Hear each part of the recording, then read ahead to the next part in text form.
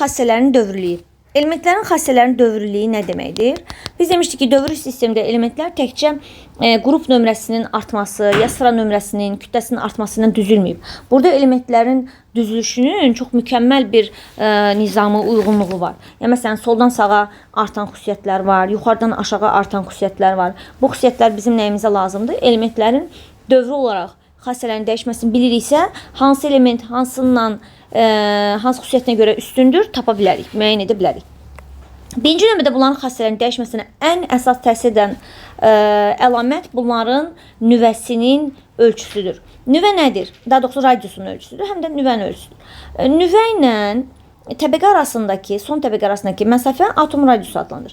Əgər atomun çoxlu təbəqəsi varsa, onda radius böyümüş olur. Məsələn, bir atomun 3 dənə təbəqəsi varsa, radius daha da böyümüş olur. Və bu təbəqələrin sayı nə ilə ölçülürdü? Həm də biz hardan bilirdik ki, elementin neçə təbəqəsi var? Məsələn, yazıram 1s2. Bunun neçə təbəqəsi olduğu həmin birdən bilinir ki, bunun bir təbəqəsi var.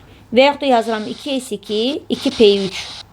Buradan bilinir ki, bu elementin 2 təbəqəsi var. Və təbəqənin sayı həm də o nəyini göstərirdi? Neçənci dövrdə yerləşdiyini. Demək, bu element ikinci dövrdə yerləşir. Bu element birinci dövrdə yerləşir. Yazsam, məsələn, 4s1. Bu element 4-cü dövrdə yerləşir. Demək, dövrün sayı artdıqca təbəqənin sayı da artır.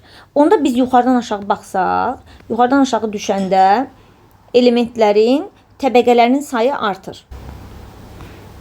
Yəni, bu sırada kürəcik modelini verib gördüyünüz kimi, bax, hidrogenin nüvəsi balacadır, litiumda böyükdür. Get-gedə kürələr böyüməyə başlayır. Çünki onun təbəqələri artır. Həmin kürələrin ölçüsünə soldan sağa baxsaq, qismən balacalaşır.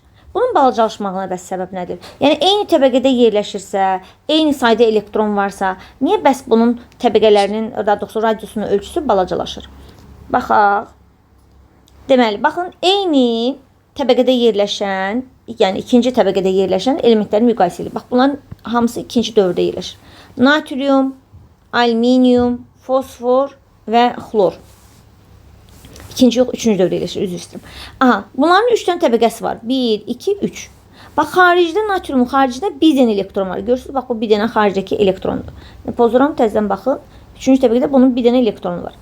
Amma aluminiumda xaricində 3 elektron var. 1, 2 və 3. Fosforda xaricdə 5 elektron var. 1, 2, 3, 4, 5. Xlorda 7 elektron var və s. Bu xaricdəki elektronlar çoxaldıqca təbəqəni nüvəyə tərəf sıxırlar, nüvəyə tərəf itələyirlər. Çünki nüvədə də protonlar artır və protonlarla elektronlar birbirini cəzb etməyə başlayırlar həm də. Və ona görə soldan sağa energetik səviyyələr eyni sayda olsa belə elektron sayları çoxaldığına görə radius kiçilir. Yəni, radius nə idi? Nüvə ilə sonuncu təbəqə arasında olan məsafə idi. Buradakı radiusa baxın və ilk natriumdakı, birinci qrupdakı radiusa baxaq. Bu da 7-ci qrupdakı. Görürsünüz, radius kiçilib. Deməli, radius soldan sağa kiçilir, amma yuxarıdan aşağı artıb. Burada şəkillərdə də yenə görürük ki, soldan sağa kiçilib, yuxarıdan aşağı isə artıb.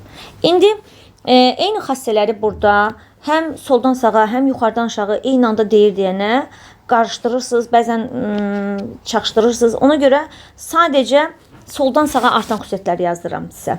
Soldan sağa hansı xüsusiyyətlər artır? Deməli, soldan sağa, bayaq dediyimiz kimi, atomun radiusu kiçilir. Daha doğrusu, mən yuxarıdan aşağı artan xüsusiyyətlər deyim. Sonra soldan sağa artan xüsusiyyətlər deyərik. Deməli, yuxarıdan aşağı nə artdı? Yuxarıdan aşağı artdı atom radiusu. Atom radiusu da niyə artırdı? Çünki təbəqələr çoxalırdı. Atom radiusu çoxaldıqca xaric təbəqədə olan elektronu tutub saxlamaq element üçün çətinləşir. Onda bu rabitə yaratmaq üçün ya elektron almalıydı, ya elektron verməliydi ki, rabitə yaratsın. Bu zaman bu elektron itirməyə meyilli olur. Çünki elektron ondan uzaqdır və onu saxlamaq ona çətinləşir. O elektronu da saxlamaq üçün çoxlu enerji sərf etməlidir, axı nüvə tərəfindən cəzb olunmalıdır. Və ondan uzaq olduğuna görə o elektronu itirməyə meyilli olur. Yəni elektron verir. Elektron vermək reduksiya edicilik adlanır. Düzdür, bu barədə biz gələcəkdə öyrənəcəyik. Amma burada rasımıza çıxmışkən deyə bilərik. Və bunlar da metallara xas xüsusiyyətdir. Deməli, yuxarıdan aşağı nələr artır? Atom radiusu artır, Atom radiusu artdığına görə, təbəqənin sayı ilə bağlı, təbəqə artdığına görə radius artır və orada olan elektron saxlamaq çətinləşir. Element elektron vermə xüsusiyyəti, yəni reduksiyaciliyi artmış olur. Və bu da metallığa xas olan xüsusiyyətdir. Nə ki, yuxarıdan aşağı artır demişik, həmin xüsusiyyətlər soldan sağa azalırlar. Bax, bu xüsusiyyətlər ki, yuxarıdan aşağı artır, onda bunlar soldan sağa azalacaqlar. Məsələn, gəlin burada elə iki elementi müqayisə edək. Natrium və kalium, eləcə də rubidium. Yuxarıdan aşağı düşdükcə bunların metallıq xassəsi artır. Onda bu üçünün içərisində ən güclü metal rubidiumdur. Eyni qaydada dedim ki, həmin şeylər soldan sağa azalacaq. Onda iki başqa bir metal müqayisə edək. Kalsiumla, tutaq ki, skandium müqayisə edək. Kalsiumla skandium soldan sağa zəifləyir. Çünki yuxarıdan aşağı artan xüsusiyyətlər soldan sağa azalır. Və yaxud da litiumla berilyum müqayisə eləsək. Litium berilyumla güclü qeyri-metaldır. Niyə? Çünki soldan sağa metallıq azalır. Tamam. Bəs soldan sağa nə artır? İndi baxaq görək soldan sağa hansı xüsusiyyətlər artar. Soldan sağa elementin dövrlərinin sayı, yəni təbəqələrin sayı sabit qalır. Məsəl üçün, bu üçüncü dövrdürsə, burada elə hamısı üçüncü dövr elementidir. Bu ikinci, dördüncü idi bu arada bu. Bu üçüncü dövr elementidirsə, burada soldan sağa hamısı üçüncü dövrdür. İkincidirsə, hamısı ikinci dövrdür və s. Demək, soldan sağa dövrün sayı, yəni təbəqələrin sayı dəyişmir. Amma xaricdəki elektronlar dəyişir. Məsələn, bu xaricində 1 elektron var idi. Burada 2 elektron var, 3 elektron, 4 elektron. Demək, soldan sağa xarici təbəqədəki elektron sayı artır. Həmçinin elektron sayı artdığına görə bu elektron sayını tamamlamaq üçün daha çox almağa meyillidir. Yəni, madam 6, 5, 6, 7 elektronu var, bu 8 olmaq üçün oktet qaydasına görə 8 olmalıdır. 8 olmaq üçün daha çox elektron almağa meyilli olur. Və həmçinin də elektron almaq üçün başqa xüsusiyyətlər də lazımdır elementə. Məsələn, elektron mənfilik, iyonlaşma enerjisi. Bunlar da hamısı soldan sağa artır. Ona görə də element elektron almaq qabiliyyəti meydana çıxır. Elektron almaq qabiliyyəti nə deyirik? Oksidləşdiricilik. Oksidləşdiricilik.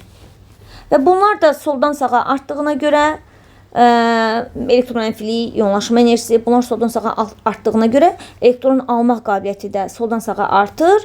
Elektron almağa oksidləşdiricilik deyirik və bunlar da qeyri-metallara xas xüsusiyyətdir. Bu da soldan sağa artan xüsusiyyətlərimiz.